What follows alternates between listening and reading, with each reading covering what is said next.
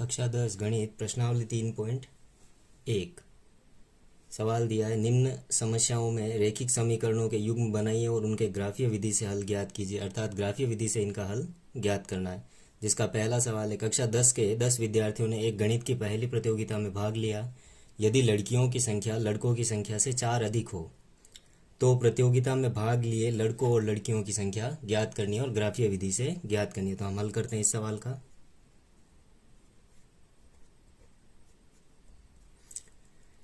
माना लड़कियों की संख्या x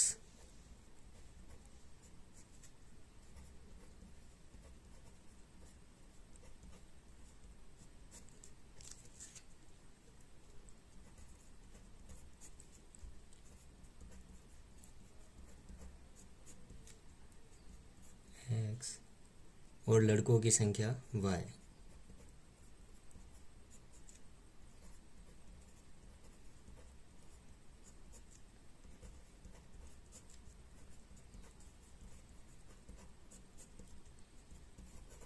प्रश्न में दिया है कि लड़के और लड़कियां कुल मिलाकर 10 है, तो हम लिखेंगे x प्लस वाई बराबर 10। यह हमारा समीकरण 1 हो जाएगा। दूसरी स्थिति देखें हम, तो हमें कहा है कि लड़कियों की संख्या लड़कों से 4 ज़्यादा है, अर्थात x का मान y से 4 ज़्यादा है। ये समीकरण 2। इसे हम ऐसे भी लिख सकते हैं x माइनस वाई बराबर 4, समीकरण 2। क्योंकि हमें ग्राफीय विधि से हल करना है तो हम समीकरण 1 और समीकरण 2 से 3 मान निकालेंगे। तो हम लिखें समीकरण 1 से, समीकरण 1 है हमारा x प्लस वाई बराबर 10।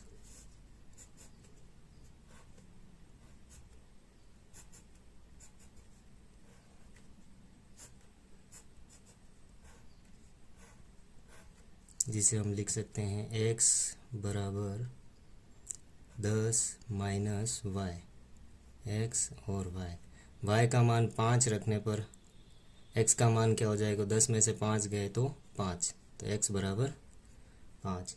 ऐसे y का मान जब 4 रखेंगे तो x का मान मिलेगा 6 और y का मान 6 रखेंगे तो x का मान मिलेगा 4। ऐसे ही हम समीकरण 2 से देखें।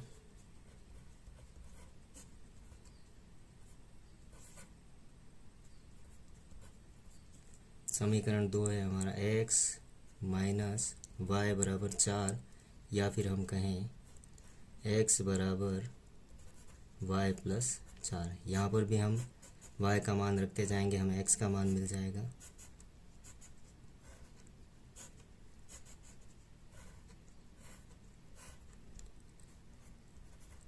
y का मान हमने रखा 1, x का मान मिला 5, y का मान हमने रखा 2, x का मान मिला 6, y का मान हमने रखा 3, तो x का मान मिला 7। इससे हमें ग्राफ का निरूपण करना है। तो हम इसे ग्राफ में निरूपित करते हैं। ग्राफ के बीचों बीच एक खड़ी लाइन जिसे हम y अक्ष कहेंगे, तो हम बना देते हैं।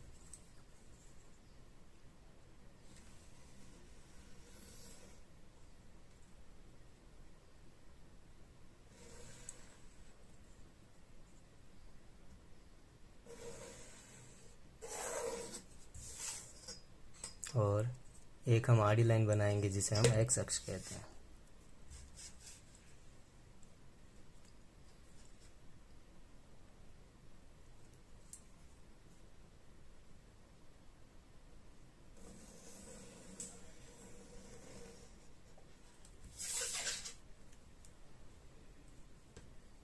यहाँ हम लिखेंगे y डैश x और x डैश। जिस तरफ डैश लगा हो उस तरफ ऋणात्मक मान और जिस तरफ सामान्य लिखा उस तरफ धनात्मक मान। हम देखें कि x का सर्वाधिक मान है 7, तो क्या हमारे पास 7 कॉलम बन रहे हैं, 1 2 3 4 5 6 7। ऐसे ही हम देखें y का सर्वाधिक मान 6, तो क्या 6 मिल रहे हैं, तो हमें 6 मिल रहे हैं। अब हम जहाँ मान है वहाँ देखें, हम पहला देखें 5 और 5, उससे पूर्व हम मध्य बिंदु को 0 लिखते हैं।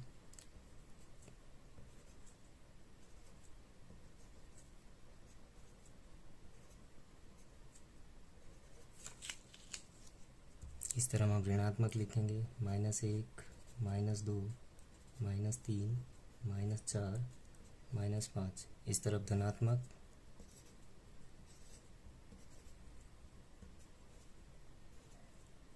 इस तरफ ऋणात्मक।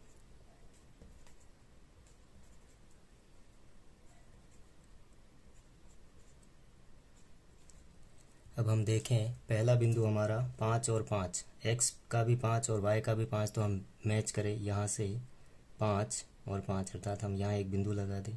उसके बाद x का 6 और y का 4, ये x का 6 है और ये y का 4 है, तो हम यहाँ एक बिंदु लगा देंगे। उसके बाद देखें, x का 4 और y का 6, x का 4 और y का 6, हम यहाँ से एक सीधी लाइन खींचें।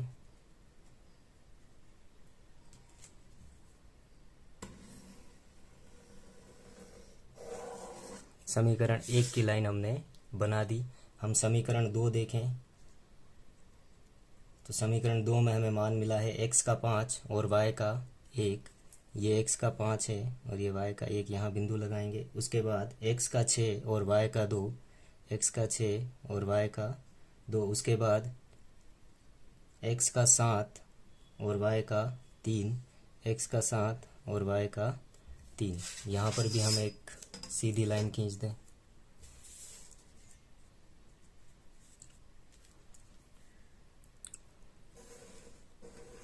दोनों समीकरणों से रेखा ने जहाँ हमें काटा है उसके निर्देशांक है x का 7 और y का 3, x का 7 और y का 3। तो यहाँ हमारा पैमाना जो था, हम पैमाना लिख दें, हमने कोई परिवर्तन नहीं किया। 1 सेंटीमीटर बराबर 1 इकाई रखा है। पैमाना x अक्ष पर और y अक्ष पर 1 सेंटीमीटर बराबर 1 इकाई।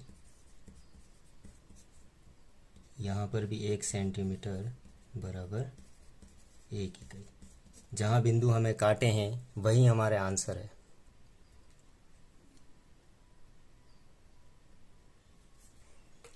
यहाँ देखें तो लड़कियों की संख्या अर्थात x, तो लड़कियों की संख्या हो जाएगा हमारा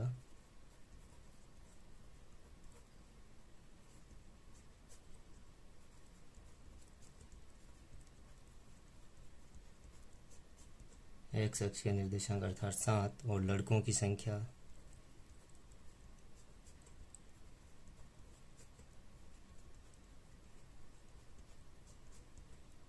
अर्थात y अक्ष के निर्देशांक अर्थात 4।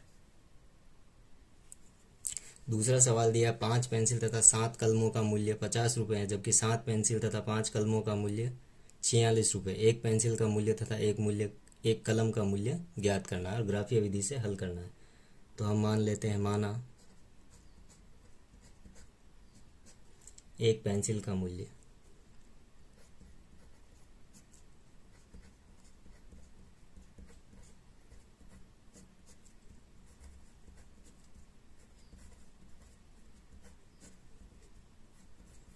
x रुपया तथा एक कलम का मूल्य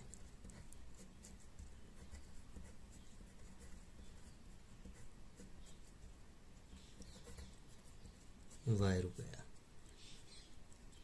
हम प्रश्नानुसार देखें, जैसा प्रश्न में कहा है, प्रश्नानुसार प्रथम शर्त क्या कही है? प्रथम शर्त कही है कि 5 पेंसिल यानी कि 5x प्लस 7 कलम यानी कि 7y, इन दोनों का मूल्य है 50 रुपये, अर्थात ये हमारा हो जाएगा समीकरण 1। और दूसरी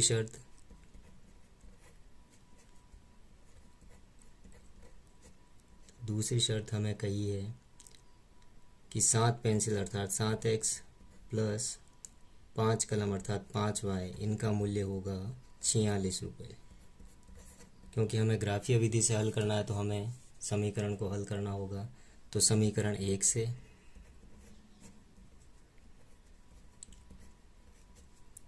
अर्थात 5x बराबर 50 माइनस 7y, अर्थात x बराबर 50 माइनस 7y/5।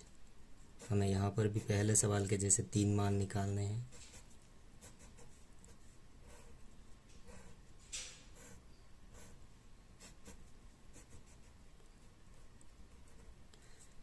y का ऐसा मान रखना है कि 7 से गुणा करने के बाद उसे 50 में से घटाएं तो 5 का पूरा पूरा भाग जाए। y का मान मैं 5 रखता हूँ, तो 7 इंटू 5 35, 15 में से 50 में से 35 जाते हैं 15 बचते हैं, और 15 में जब 5 का भाग दिया जाता है तो 3। इसी प्रकार से हम दूसरा मान रखेंगे 0। हम यहाँ से देख भी सकते हैं कि हम भाग किसका दे रहे हैं, हम 5 का भाग दे रहे हैं, अर्थात 5 फिर 0। या तो इसमें 5 जोड़ें या 5 घटाएं, तो 5 में 5 जोड़ा हमने लिखा 10। फिर हम देखें कि यहाँ अंतर कितना है, 7 का अंतर है, अर्थात यहाँ 3 है, तो यहाँ हमें मिलेगा 10 और यहाँ हमें मिलेगा माइनस का 4। ऐसे ही हम समीकरण 2 से देखें।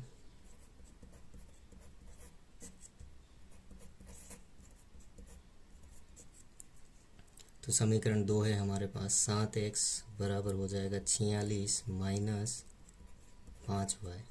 तो x बराबर 46 माइनस 5y/7। जैसा हमने पहले किया था उसी प्रकार से ध्यान रखते हुए y का मान रखेंगे और x का मान निकालेंगे।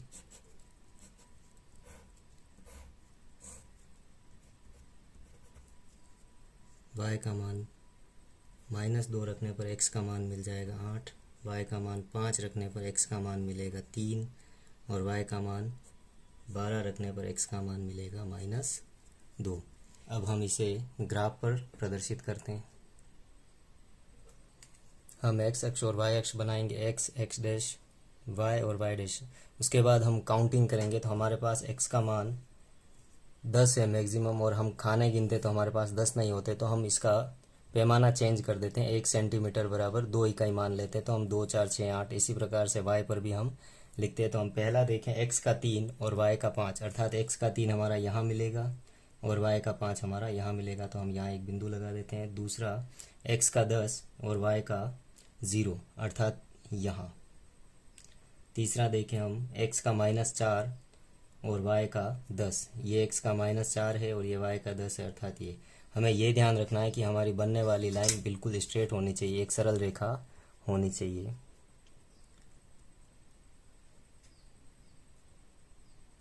अर्थात यहाँ हमें एक सरल रेखा मिल गई, अर्थात हमने जो मान निकाले थे वो बिल्कुल सही थे। इसी प्रकार से हम समीकरण 2 की भी एक लाइन बना दें। x का मान 8 और y का मान -2, x का मान 8 और y का मान -2, अर्थात यहाँ पर बिंदु लगेगा। उसके बाद x का मान 3 और y का मान 5, x का मान 3 और y का मान 5 इसी स्थान पर है, तो हम यही बिंदु लगा दें। तीसरा देखें हम, x का मान -2 और y का मान 12, x का मान -2 और y का मान 12, अर्थात इस जगह। हम देखें फिर से हमारी एक सरल लाइन बनेगी, तभी हमारा सवाल सही है।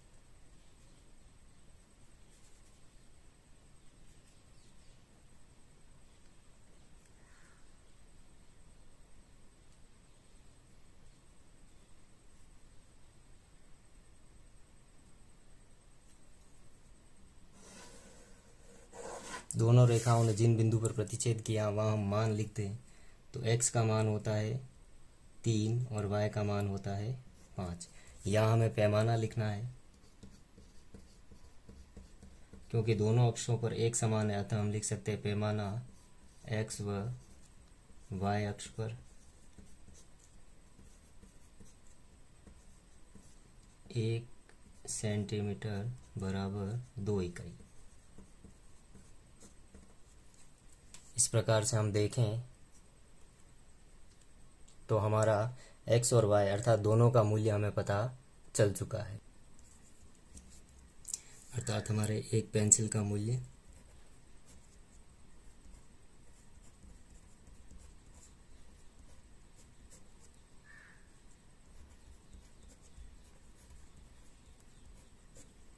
x का मान अर्थात 3, तो 3 रुपये, और एक कलम का मूल्य